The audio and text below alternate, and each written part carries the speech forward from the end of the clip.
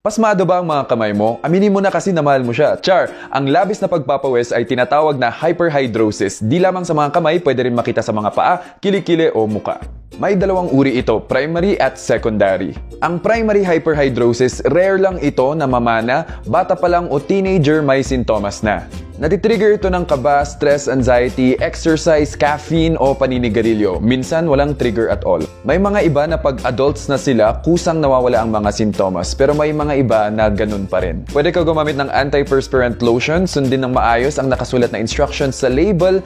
Hindi siya effective sa lahat at pag wala ka pa ring improvement after 2 weeks, magpa-check up sa dermatologist. Para sa mga malalang kaso ng hyperhidrosis, ang ilang treatment na ginagawa ng mga dermatologist ay Botox, tandaan licensed physician lang dapat ang gumawa nito, or thoracic sympathectomy. Ito ay isang operasyon na pinuputol ang nerve na nagkokontrol sa production ng pawis. Ang secondary hyperhidrosis naman, mas common ito. Kadalasan lumalabas na lang ang sintomas during adulthood. Secondary, ibig sabihin may ibang sakit na nagbibigay sanhi sa labis na pagpapawis mo. Tulad ng problema sa thyroid, infection, diabetes, tumor, gout, menopause, labis na pag-inom ng alak at iba pa. Para makontrol ang hyperhidrosis, magpa-check up na para malaman kung anong uri ito at magamot ang kung anumang sakit na nagbibigay sanhi nito. Ligtas ang may alam. Hanggang sa susunod, take care.